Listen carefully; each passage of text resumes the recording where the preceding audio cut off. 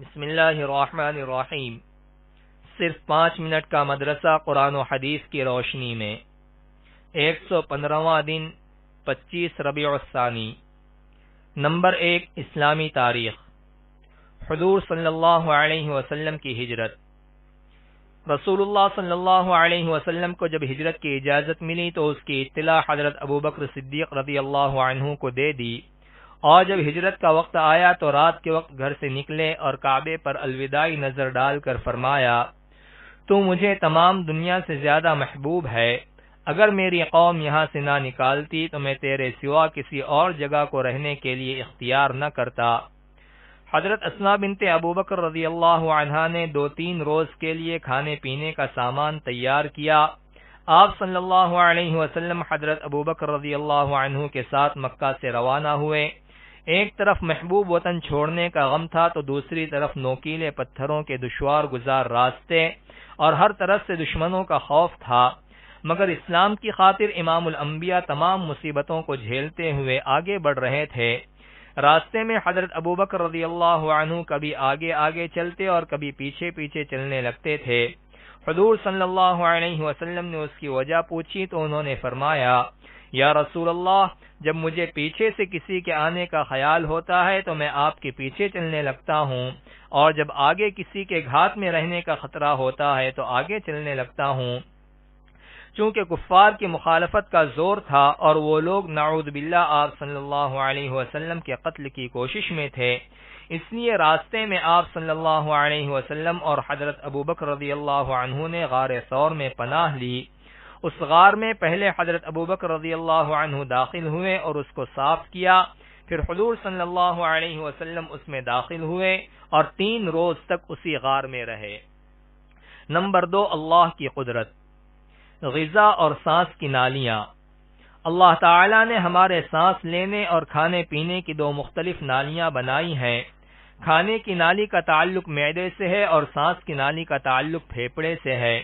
جب انسان کھاتا یا پیتا ہے تو قدرتی طور پر سانس کی نالی کا منہ ڈھکن کی طرح پردے سے بند ہو جاتا ہے اور کھانے کی نالی کے ذریعے کھانا معدے میں پہنچ جاتا ہے۔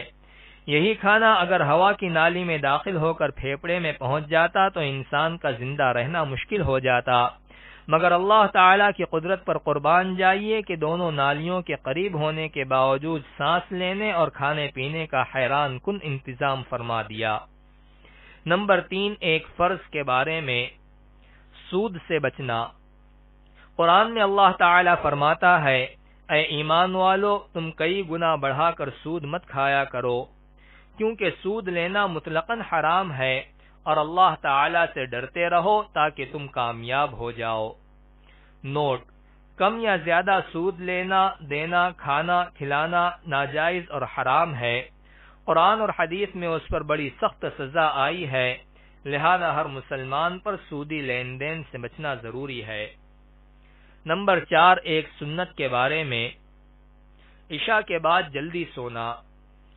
رسول اللہ صلی اللہ علیہ وسلم عشاء سے پہلے نہیں سوتے تھے اور عشاء کے بعد نہیں جاگتے تھے بلکہ سو جاتے تھے۔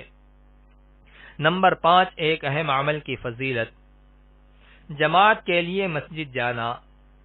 رسول اللہ صلی اللہ علیہ وسلم نے فرمایا، جو شخص باجماعت نماز کے لیے مسجد میں جائے تو آتے جاتے ہر قدم پر ایک گناہ مٹتا ہے اور ہر قدم پر اس کے لیے ایک نیکی لکھی جاتی ہے۔ نمبر 6، ایک گناہ کے بارے میں، ازار یا پینٹ ٹخنے سے نیچے پہننا۔ رسول اللہ صلی اللہ علیہ وسلم نے فرمایا، جو شخص تکبر کے طور پر اپنے ازار کو ٹخنے سے نیچے لٹکائے گا، اللہ تعالی قیامت کے دن اس کی طرف رحمت کی نظر سے نہیں دیکھے گا۔ نمبر 7، دنیا کے بارے میں، دنیا سے بے رغبتی کا انعام۔ رسول اللہ صلی اللہ علیہ وسلم نے فرمایا، جو شخص جنت کا خواہشمند ہوگا وہ بھلائی میں جلدی کرے گا، اور جو شخص جہنم سے خوف کرے گا وہ خواہشات سے غافل یعنی بے پرواہ ہو جائے گا، اور جو موت کا انتظار کرے گا اس پر لذتیں بیکار ہو جائے گی، اور جو شخص دنیا میں زہد یعنی دنیا سے بے رغبتی اختیار کرے گا اس پر مصیبتیں آسان ہو جائیں گی۔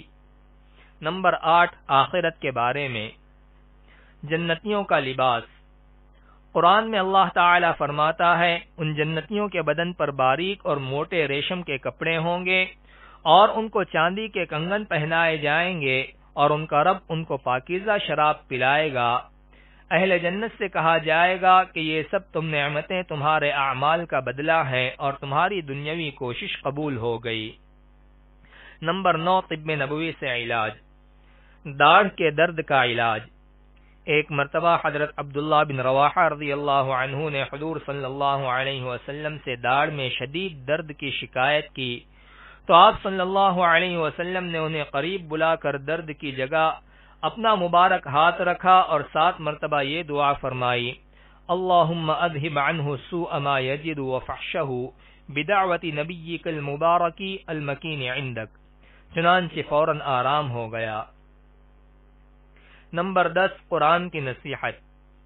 قرآن میں اللہ تعالی فرماتا ہے، اللہ تعالی تم کو حکم دیتا ہے کہ امانت والوں کو ان کی امانتیں واپس کر دیا کرو۔